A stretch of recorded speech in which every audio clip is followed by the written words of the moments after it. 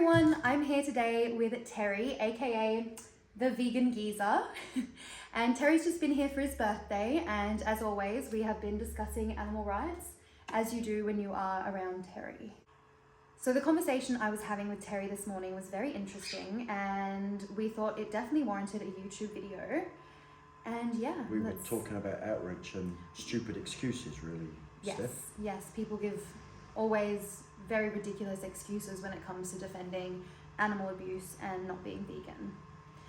So we ended up on just excuses throughout history when it comes to oppression. And we realized, although it is something we know being animal rights activists, that the excuses that were used for human slavery are very similar to that are used for animal exploitation and abuse. And that is because all injustices will come to an end. Will eventually come to an end. Injustice can't live forever. First excuse, economic necessity. The economy will collapse without slavery. Slaves are vital to maintaining agricultural and industrial productivity. Who will do the work if we free them? Those were arguments used against ending slavery. The first two excuses, or the first excuse for not ending animal exploitation. Economic necessity. The economy, I've heard this personally, the economy will collapse without animal agriculture. Farmers depend on this industry to survive. What will happen to rural communities if we stop eating animals? Virtually the same as the reasons used to end slavery, to not end slavery. And you have come across these excuses because Terry does outreach every single week without fail, at least for the last 2-3 years. 2.5 years, yeah. 2.5 years. And you talk to people on the street every week, multiple people that come past. And so you obviously hear a myriad of excuses. Yeah. And these are excuses you personally hear. Yep. So the second one, biblical and religious justifications. The Bible says slavery is ordained by God. Slavery is a natural order. It's God's will. Some people are born to serve others. Second reason for continuing animal exploitation. Biblical and religious justifications. I hear this all the time. Many of you say it who are probably watching this. God gave us dominion over animals. Animals were put here for us to eat.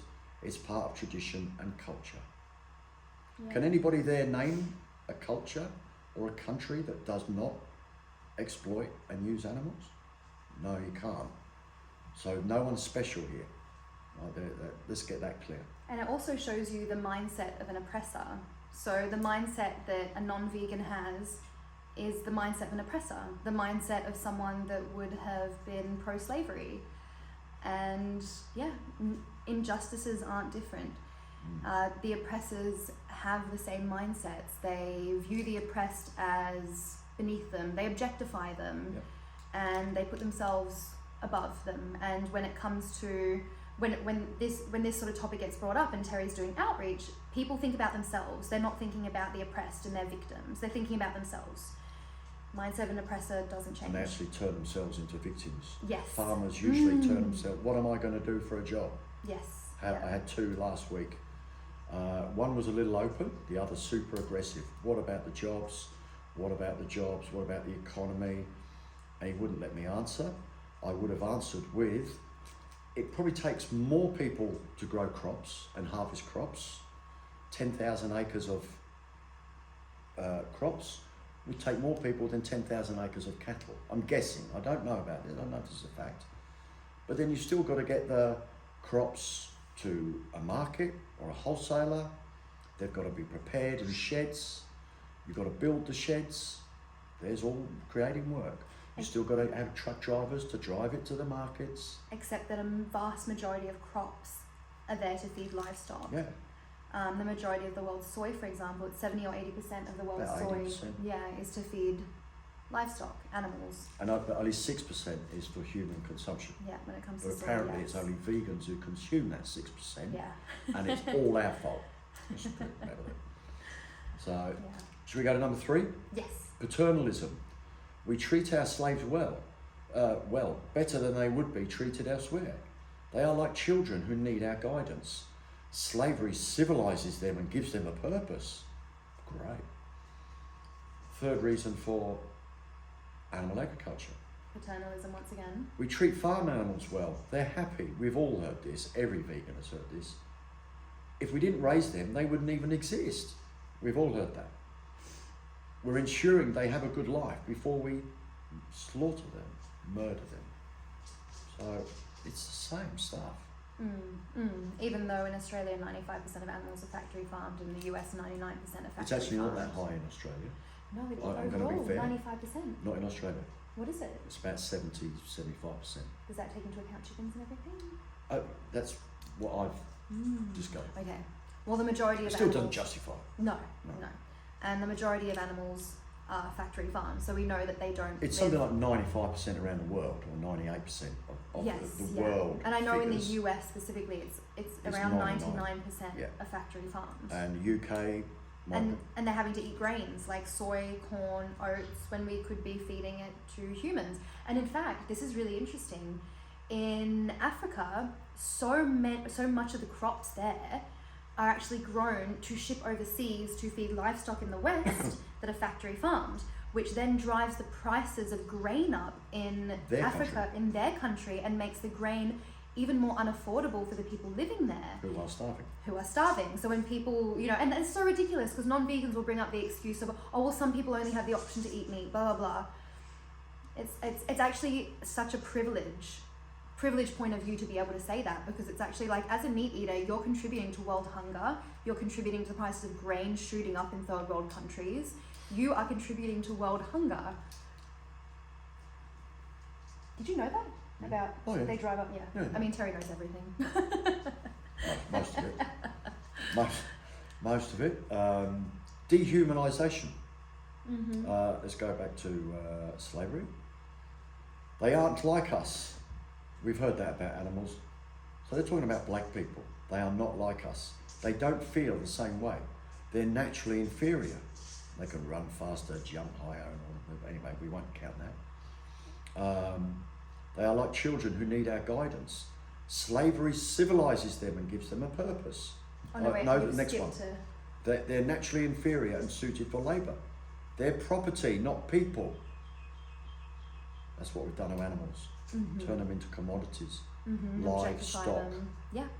I'm pretty sure slaves were called stock on a ship. So. And then that ties right back into human slavery. So dehumanization is the same. Fear of change. Wait, you need to read the dehumanization of animals. Ending animal agriculture. Fear of dehumanization. Animals don't feel pain like we do, and they don't have souls or emotions. We've seen cows cry. They're just livestock, not individuals. So, yeah. It is the same. Same mindset, same excuses, eerily similar, almost exactly the same. The excuse, some of them are exactly the same, and the rest are eerily similar. Yeah, they're just. And if you're not vegan, you are on the wrong side of history. And this should tell you that clearly, that you are on the wrong side of history. And when your grandchildren or people look back and they ask, were you vegan when the world was shifting, or were you forced to be vegan? Were you forced to be vegan? Yeah.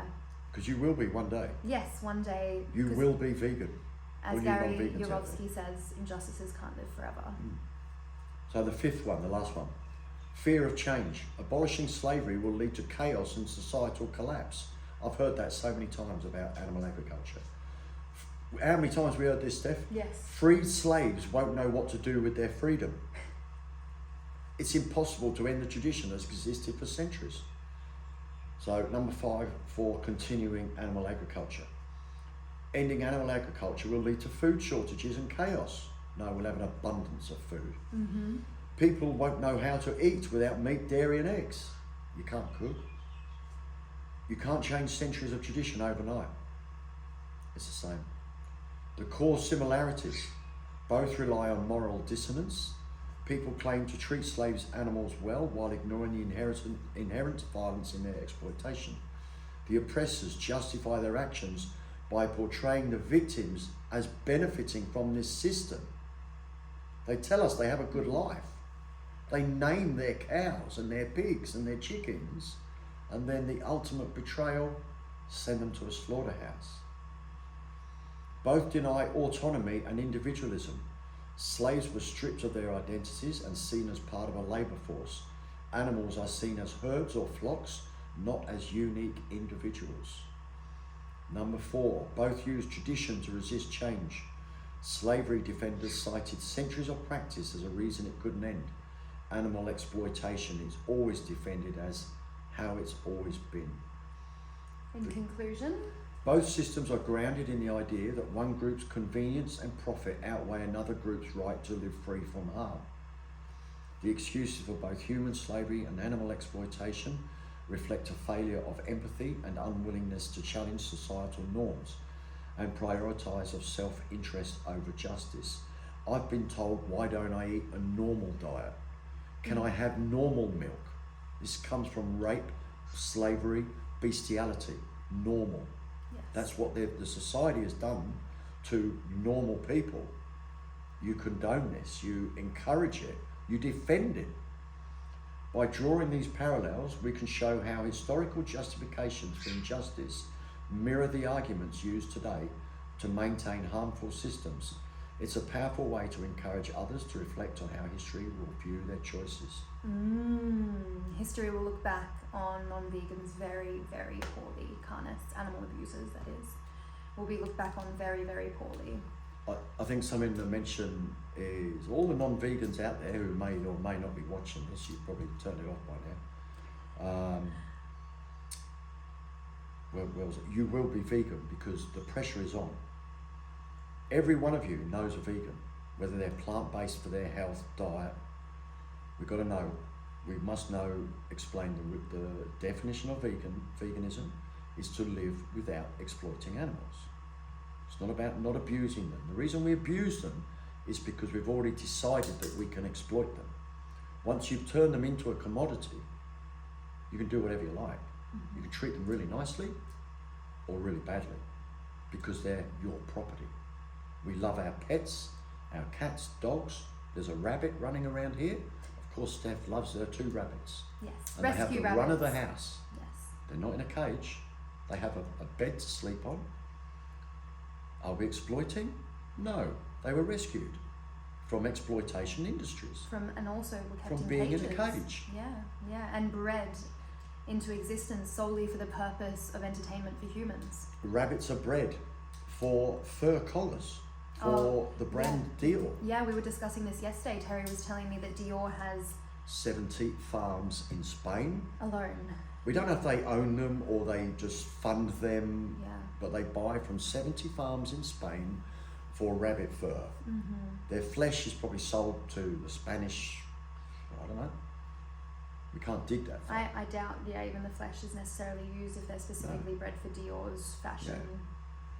So Dior are the next fur target, and we are going for the head, and that is LV. Once LV stops selling fur, that will end the fur industry. But if LV do not, it won't end. They have the monopoly on it. So we're knocking off the little smaller companies underneath that sell it. And we've just started, the World campaign has now turned the focus onto Baluti, which we went to last week, and we're going back to again this Saturday. Have a little video outside, and just to send a message. It's not when you see these done, these disruptions, this is not aimed at the staff, this is not aimed at people who want to work there. They don't know about this sort of thing that goes on. They're just normal animal abusing public. So they just take for granted it's part of society. But we're aiming this at the head of the brands. End the fur industry, and we'll stop coming to visit your shops. But you don't end it, and we'll keep coming back. Animal activists will keep fighting until animal exploitation has been abolished. You'll have to lock us all up to stop it. Till the day we die. Yeah. Absolutely. Well, Terry, it's been a pleasure having you here and celebrating your birthday. Thanks, and chatting about animal rights, as we Yeah. always do. We were going to have an evening of not doing that, but it went all night. Oh no, that's impossible No, with Terry it's- around, because Terry lives and breathes animal rights activism, and it's very, very inspiring, and I look up to you a lot, and I admire all the activism you do, Terry. I've got a lot of, I guess it's, it's that guilt that I have, Yes. being an animal abuser for so For many years. most of your life, And calling myself an animal lover, saying I was against animal cruelty. And those two, that one epiphany I had where I saw a pig being murdered, that's what I described it at the time. It was murder. And when any of you look at any of this sort of footage, don't look at what the humans are doing to the animals. It's not what we do to them that struck me the day I saw the pig being killed. It was the will to live that I saw in the pig that I knew I had, and I know Steph has, and any one of you, if someone burst in your door, 4 people came in your door to take you away, even if you knew you couldn't win, you would fight to the last breath. Yeah. And that's what I saw in that pig. And every animal you see in a slaughter or a farm footage horror movie, they just want to get away. They just want to escape from humans. Yes. It's what they have, this inherent survival Mm-hmm. that we have. Mm-hmm. Yeah. And out of all, how many dissimilarities are there? Yeah. Not many. No, and in every way that matters, we're the same. They look different we feel pain, and they sound we different. Suffer, we want family, we want love, we want connection, and yeah, we and what you were saying about people storming through the door and coming to kill you or take you away, what makes me think of war, a human war, obviously, and I wanted to end on this quote by Tolstoy, which is, "As long as there are slaughterhouses, there will be battlefields." And it's such a powerful quote because it really shows that with violence so normalized, and we're sitting down to violence at every meal, it just shows you that it just perpetuates and normalizes violence in society. I think you're right on that quote. Yes, yeah.